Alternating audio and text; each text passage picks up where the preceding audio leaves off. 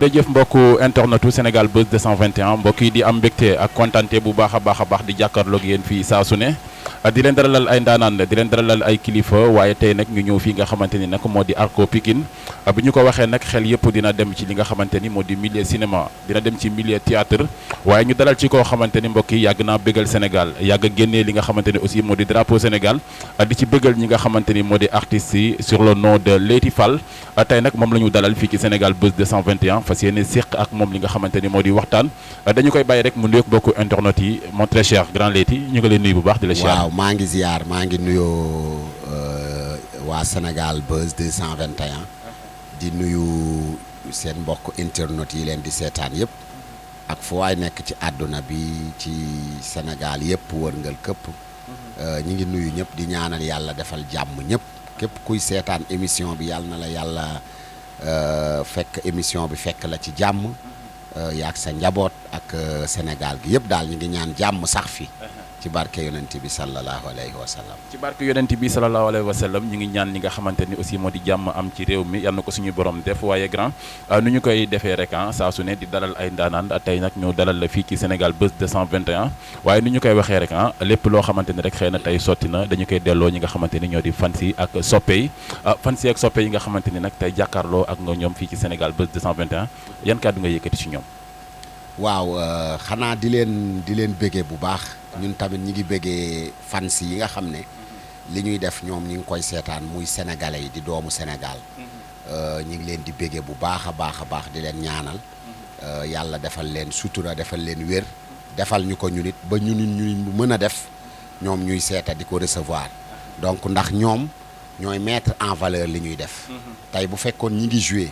te public bi seetaanuñ ñun li ñuy def du am sens du am solo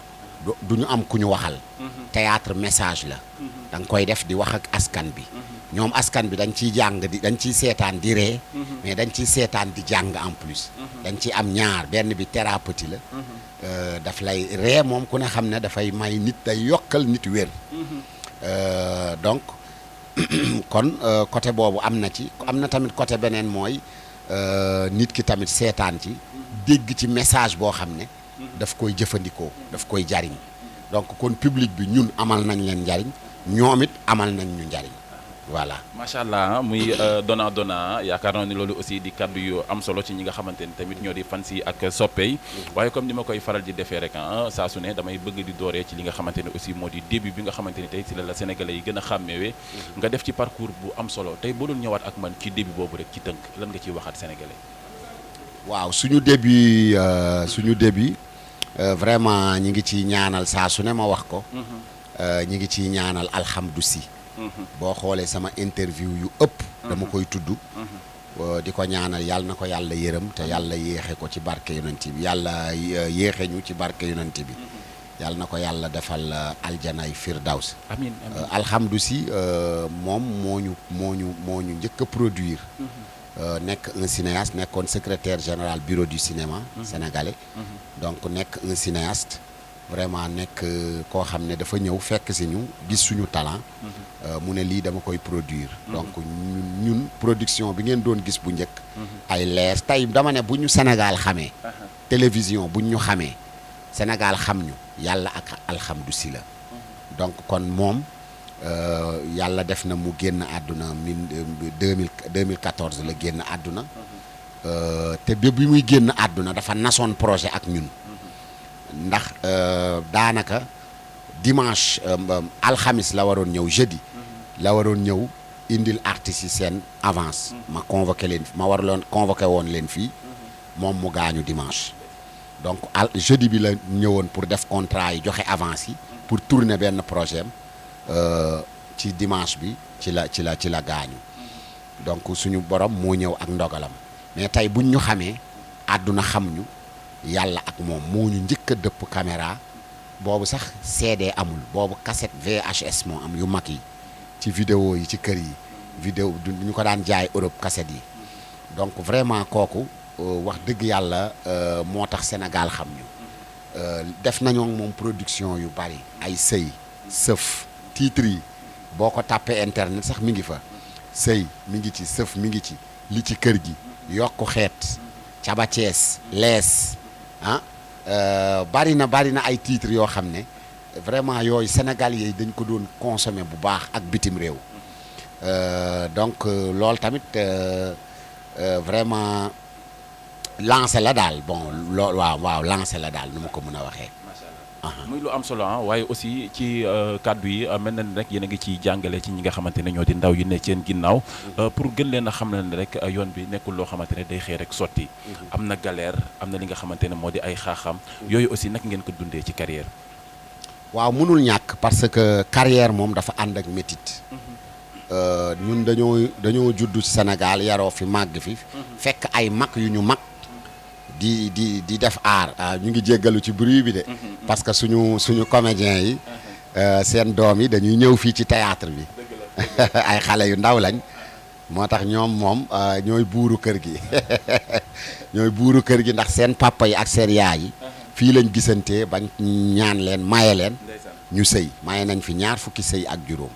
25 mariage moo tax xale yooyu di jooy ci théâtre bi c'est normal parce que fi lañ juddoo. kon ay bete comédien lañ daal bu wér sax. macha allah muy lu am solo waaye aussi ci début bi laay descend ngeen indi woon touche boo xamante ne xëy na jamono ji dafa rare ci li nga xamante ne aussi moo di théâtre sur scène. Sénégalais yëpp xam leen ci mu amoon originalité boo xamante ne jamono ji dafa dee. lan ngeen jàpp ni moo rey théâtre sur scène ci jamono ji. waaw xam nga loolu moom mën nañoo wax ne. artistes comédiens yi ñu ngi def seen rôle. ñu ngi def li ñu war a def tey compagnie yi bari na. association théâtre yi bari na. xale yi bëgg nañ def théâtre soxla nañ ay formation soxla nañ comédien du fi jeex Sénégal création du fi jeex mais fonds bu def création état moo koy joxe espace boo xam ne comédiens yi dinañ fa mën a dem épanouir état moo koy joxe donc kon théâtre li ko gën a rey mooy manque salle de spectacle dañu manqué ay salle de spectacle ñaari salle lañ fi mën a teg loxo yu wér na yi ay salle la muy théâtre national Daniel Sorano ak grand théâtre Doudou Ndiaye Rose donc ñaar yooyu daal lañ mën a teg ne ay salle la pour le moment mais banlieue boo ñëwee département yi fi nekk amul ay salle de spectacle région yi moom kenn waxatu ko centre culturel régionaux yi ñoo fi nekk donc dafay baax pour ñu gën a jëmmal théâtre famille yi di jóge seen kër les samedis soirs les mercredis après-midi xale yi jàngiwuñu ñuy dem di seetaani théâtre parce que théâtre dafa bokk ci luy éduquer luy sensibiliser loo bëgg a def tey am na dëkk yoo xam ne tey lu xew dañ koy jox artistes yi ñu jouer ko population bi jot ci bu dee lu ñuy maytu ñu maytu ko bu dee lu ñu war a xeex ñu xeex ko donc loolu en passant par le théâtre dafa gën a gaaw donc kon bindkat yi ñi ngi fi donc bari na Sénégal ay bindkat bari nañu ko comédien yu ko mën a adapté bari nañ ay metteur en scène yu mën a def mise en scène yu baax mais ay salle de spectacle moo gën a ray théâtre bi leneen tamit ñëw muy téléfilm yi muy série yi donc dafa ñëw nit yi tamit amatuñu jotu dem salle parce que toog sa kër seetaan télé dafa gën a yomb ngay déplacer ak sa famille di seetaani théâtre ci salle dans une salle. souvent dañu koy faral di dégg ci ñenn ñi nga xamante ne aussi ñu ngi ci art bi di yëkkati kàddu googu noonu à chaque fois dañuy jooytu pour ñu delloo cër bi nga xamante ni tey war nañ ko jox artistes yi kàddu yooyu noonu boo ko dee dégg ci say naataango aussi lan nga ciy dolli. waaw artistes yi li ñuy laaj seen cër la parce que état moo boot bépp kuréel ci loo yëngu rek nit ki ci li muy yëngu état mooy ndey mooy baay mooy ndey gi seex bu ngeen déggee artistes yi di laaj li ñuy laaj ñoom ñoo ko moom seen cër la tey artistes yi dañ leen a war a dooleel ni ñu dooleelee yeneen secteurs yi donc kon ñoom seen droit rek lañ laaj ay sénégalais lañ Sénégal la ñu nekk Sénégal la ñuy bégal surtout Sénégal moo tax ñuy def li ñuy def mi ngi bokk na ci kon ñooñu tey war nañu am ay fonds yu taxaw yoo xam ne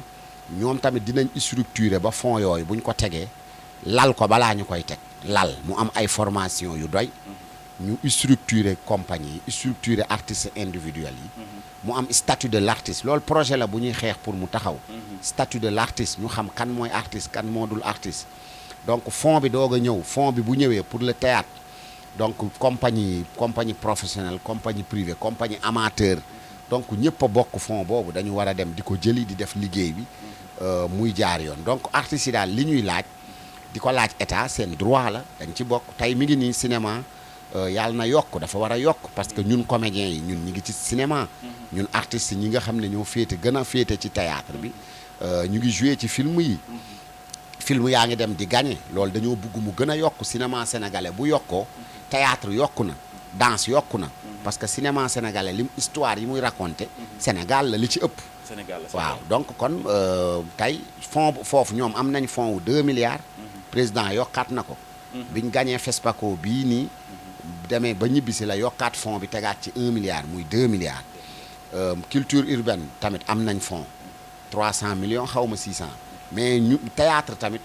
tey boo koy compter da ngay ne 0 franc te xam ngeen ne artistes comédiens yi ñu ngi liggéey seen wàll ci réew mi kon président ñu ngi koy fàttali ne soxla nañ fonds pour le théâtre waaw fonds à la création pour le théâtre voilà fonds à la création pour le théâtre muy message bu am solo boo xamante ni xëy na ñu ngi koy lancé état bi mu dellu tegaat ci loxo ndax it lu am solo ci réew mi mënuñu leen génnee ci réew mi au contraire dañuy gën a dundal li nga xamante ne aussi moo di réew mi boobu léegi dinaa ñëw nekk ci événement bu mag bi nga xamante ne à chaque fois yéen a ngi koy faral di woote muy célébration de journée mondiale du théâtre ngeen koy amal le 27 mars incha allah bés boobu lan nga ci mën a expliquer sénégalais ci li nga xamante ne moom ngeen nar a def. waaw journée mondiale du théâtre at bu jot 27 mars la am na 60 ans bi ñu ko dalee féete théâtre am na ay siècle ay ati at la théâtre am mais UNESCO dafa dajale woon nag dëkk yëpp daan ne nañ jëmmal bis bi loolu histoire la mais mën nañ wax na ñu ngi ci 60e année ñuy féete journée mondiale du théâtre en 1984 suñu maam jooju di kii Mbow suñu maam ji feete 100 ans daaw ba mi ngi ci 101 ans Amadou Makhtar Mbow suñu maam jooju yàlla na yàlla guddal fanam amiin yàlla yokk ay fanam may ko wér bu baax a baax ndax sénégalais yi am na ñoo xam ne turam lañ dégg ak jalooreem rek bëgg ko kooku dañoo war a roy ci moom dañoo war a xale yi dañ war a jàng ci moom suba tey nga dem am tur bi papa maam Amadou Makhtar Mbow am tey xale yëpp a ci dama cee war a jàng keneen jàng ci kooku foweewul woon boppam kooku dafa gëm boppam kooku dafa liggéey ci fulla ak fayda kooku dafa yóbbu turu Sénégal kooku dafa liggéey ci Sénégal dafa former ay nit kooku liggéey bu baax moo tax tey mu am téeméeri at Sénégal di ko féete di wax ay jalooreem loolu nag mooy valeur tey nekk ci internet bi di def yu kenn xamul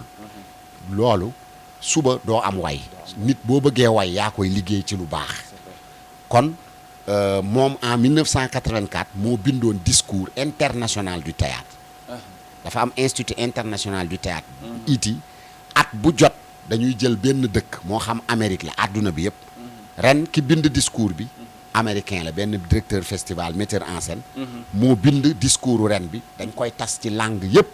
dëkk yëpp benn discours boobu la ñuy waxandoo en 1984 suñu papa boobu Amadou Cheikh Makhtar Mbow moo ko bindoon àdduna bi yëpp liir ko muy doomu Sénégal donc Afrique du Sud bind na Italie bind na personnalité bu nekk ci dëkk bu nekk bind nga donc discours boobu nag moom la ñuy def mooy nekk cérémonie bi voilà Sorano ñun Sénégal bu ñu xëyee dañuy dem suñu théâtre national bi nga xam ne nag mooy suñu équipe nationale théâtre national Daniel Sorano fa la ñuy daje ministre de la culture ñëw yeneen ministre naataangoom yi ñi mën a ñëw journalistes yi ñëw donc corps yëpp ñëw artistes yëpp ñëw ñu daje fa def cérémonie donc cérémonie bi nag ñun am na comité d'organisation bu ko taxawal comité bu mag la donc bu ñu dajee foofu Dakar région yi dina am région yi ñëppay féete ñëppay def ci seen centre culturel régional mais ñun fii Sorano la ñuy xëy dem waaw bu ñu fa dajee def suñu discours daa di waxtaan ci suñu biir def ay extrait ren dañoo jël troupe yi nga xam ne ñoo nekk ci région yi ci région yi. xale yi nga xam ñi ngi liggéey ci théâtre te amuñu chance mës a ñëw jouer Sorano tey ñu jël ñaari troupe benn Dagana beneen bi ñu jëlee ko Fatick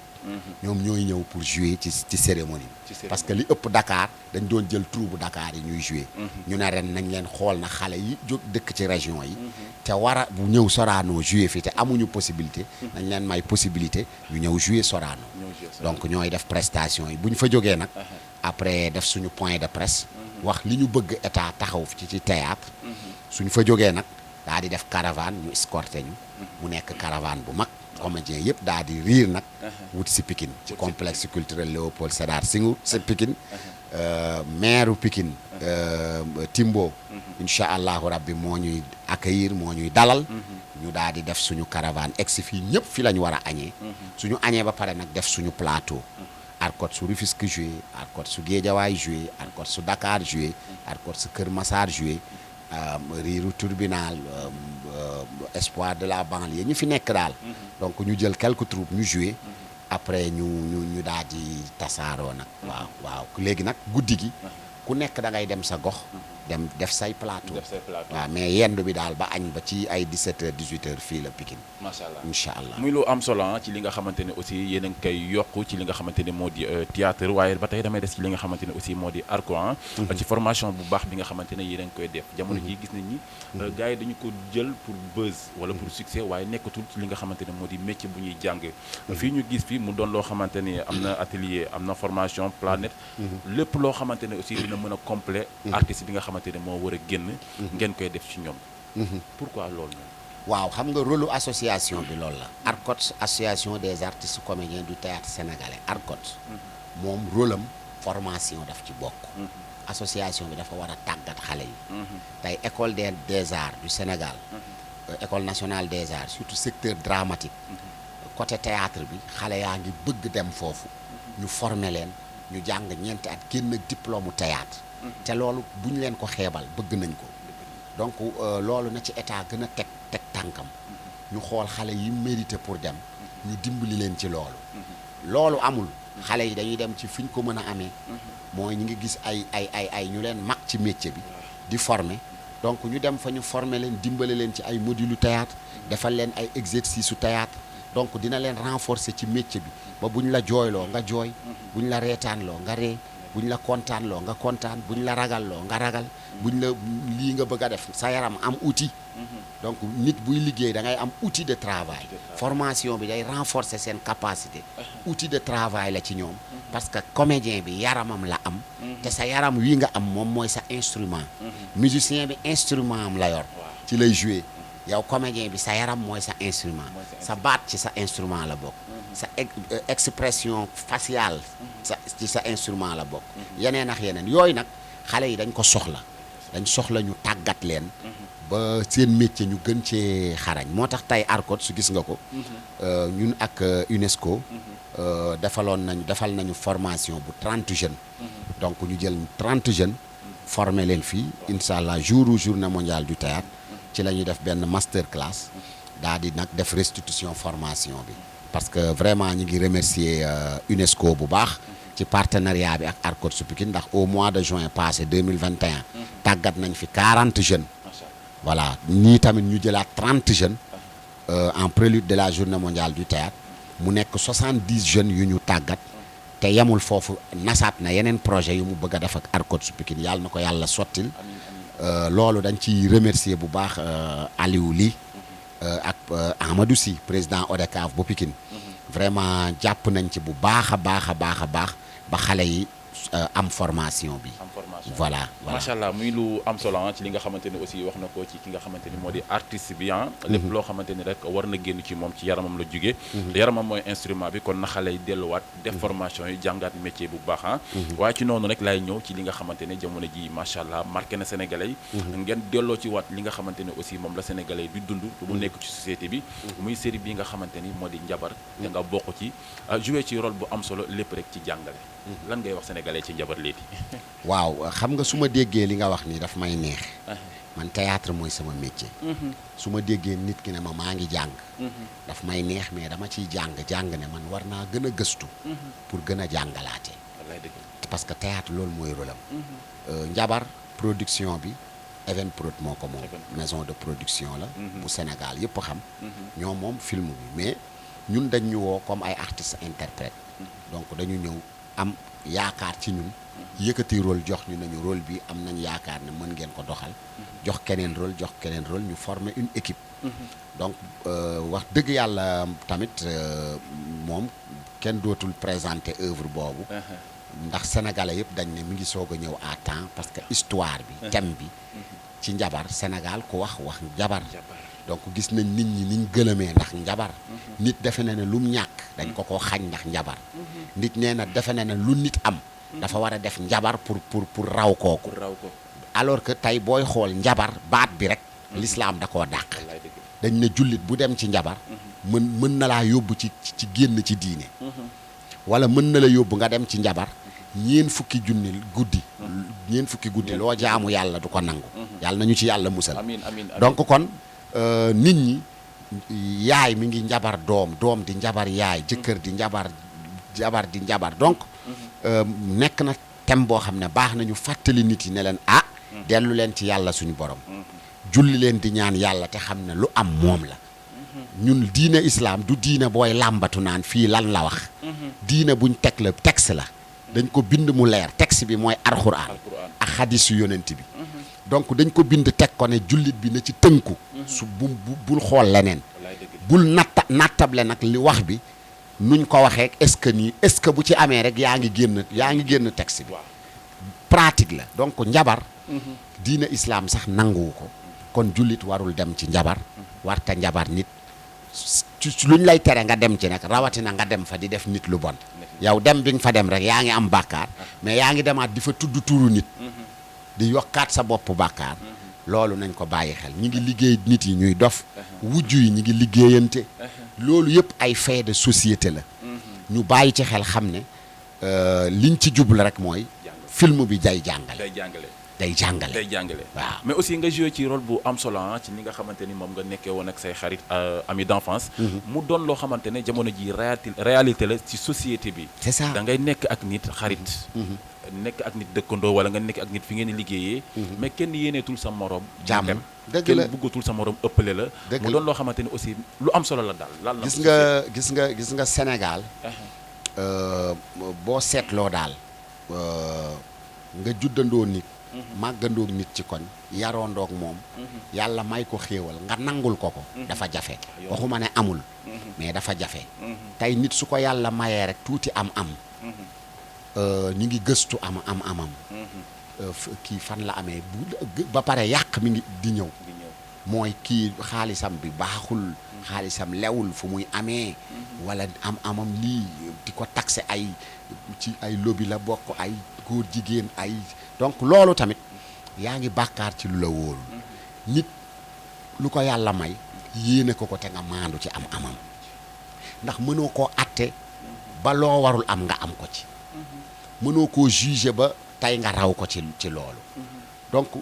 léegi nag daf lay jaral nga dem di ko liggéey pour mën a àgg fi mu àgg gis nga résultat yi film bi wane na ko ñu fawandoo yaroondoo vraiment sama yaay gëmloo ma depuis bi ñuy xale di dem examen ne big bii fexeel ba nang ci bind parce que moo lay may nga am sa examen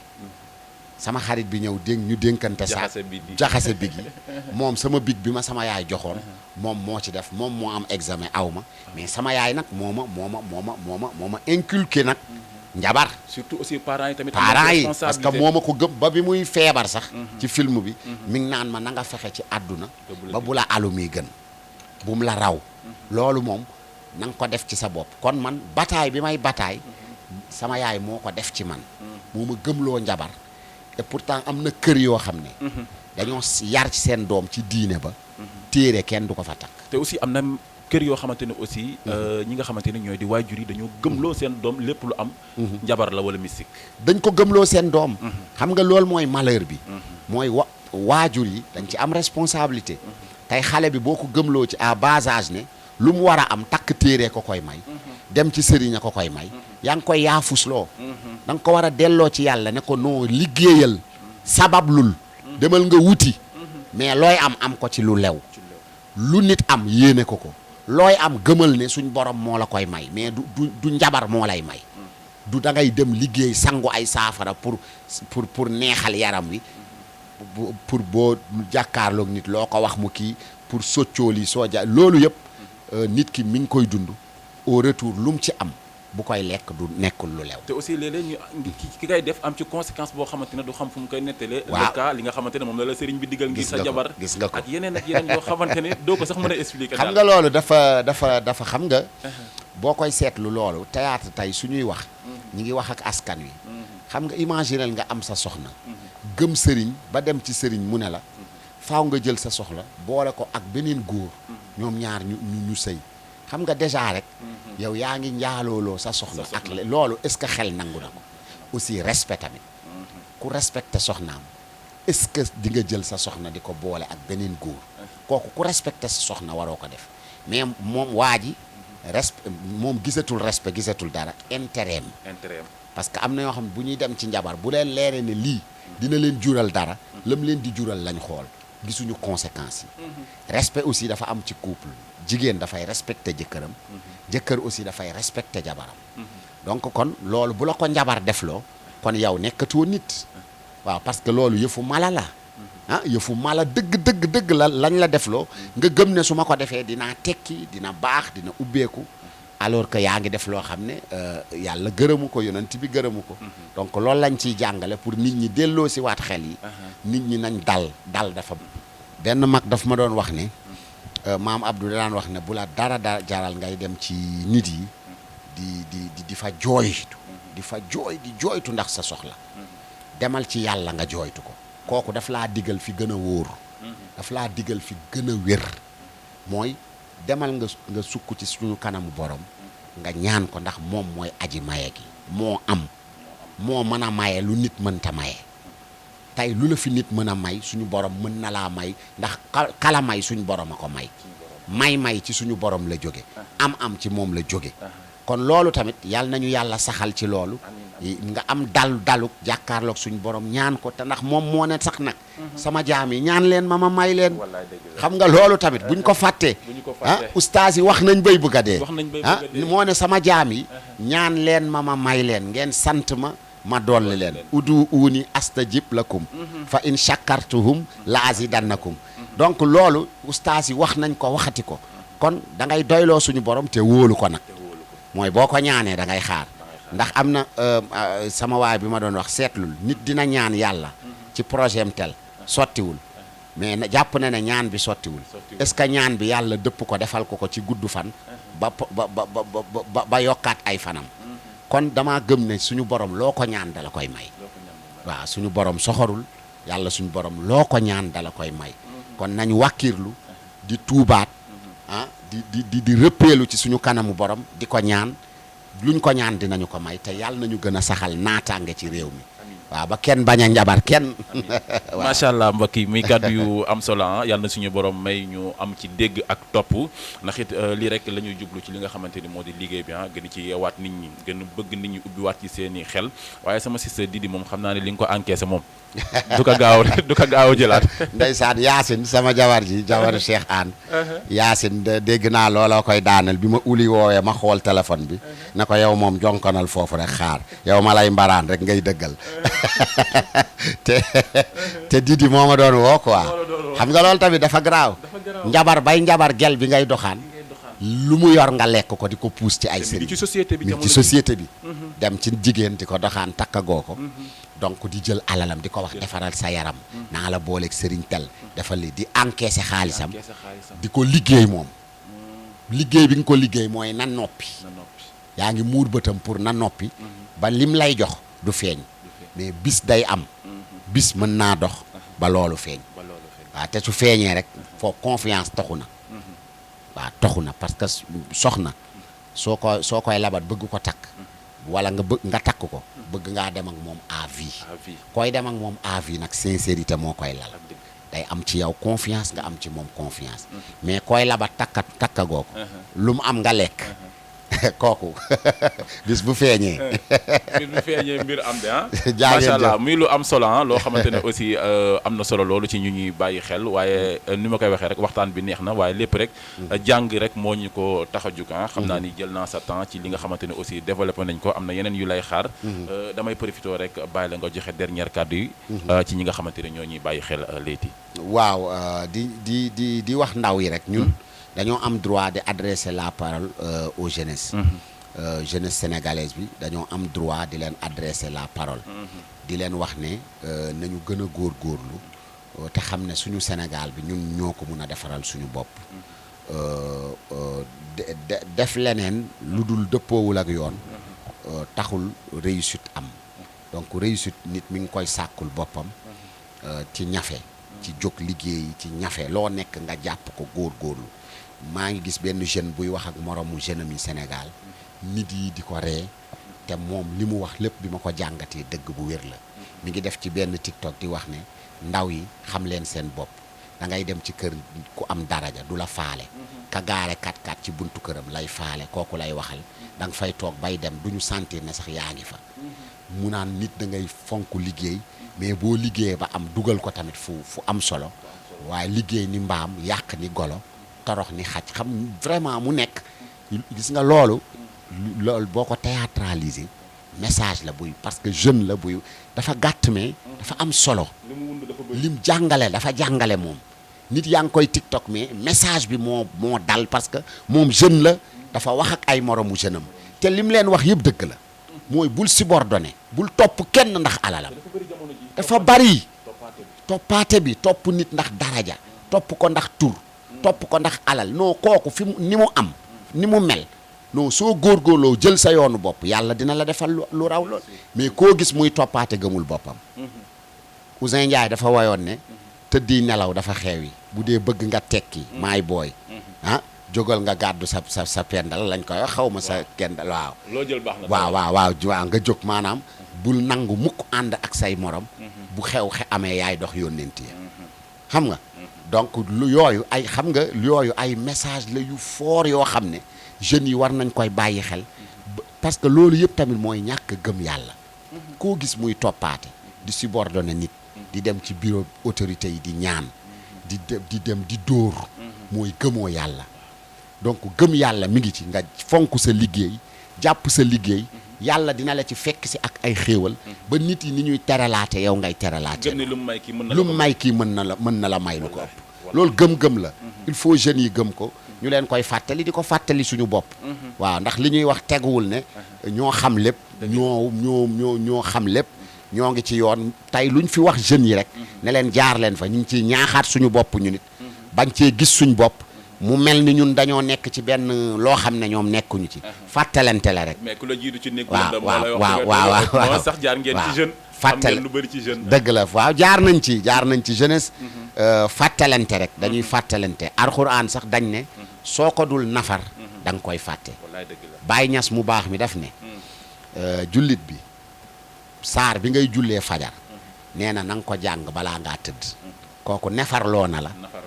te waxuma dara rek mais jàng alxuraan balaa ngaa tëdd rek sécurité nga deel li ci nekk balaa ngaa nelaw parce que boo nelawee moomatoo sa bopp tey nga jël saar bi nga bëgg a jullee fajar nga jàng ko laataa ngay tëdd xéewal a ngi ci sécurité nga ci lépp a ngi ci ba pare nag nga nefaraat nga alxuraan nga xëyaat doo julliwaat kon ñooñu mag ñi gis nga suñu mag ñi yàlla na nu leen yàlla fayal suñu mag ñi Serigne Touba Alaaji Malick Baye Niass Seydina Limaamu gis nga ñii ñun luñ leen ñaanal ñun doyul parce que ñoom seen mission moo doon defar nu teg nu ci yoon teg ñu ci yoonu yàlla woo ñu ci yàlla donc ñii ñi ngi leen di gën a ñaanal yàlla na nu leen yàlla fayal yàlla na nu leen yàlla fayal yàlla na nu leen yàlla fayal fa laay tëjee a wax bi rek macha allah mon frère mbokk yi di kontaan bu baax a baax ci jàkkaarloo ak moom ni ñu koy waxee rek daf ñuy dañu siy bëgg bu ñu toogee ak ñu mel ni ñoom séq ak moom jotaay dinañu bëgg képp koo xamante ni rek yaa ngi bàyyi émission bi xel nga jëlee ci njëriñ jàng ci te loolu rek la ñu jublu ci li nga xamante ni moo di jotaay bi te jàpp naa ni képp ku bàyyi émission bi xel di nga ci jëriñu jàng ci kàddu yi nga xamante ne jug na fii waaye di kontaan bu baax a baax ci dalal bi ñu ko dalal mbokk yi di kontaan di leen jox dig daje ci beneen numéro jërë ngeen jëf jaajëf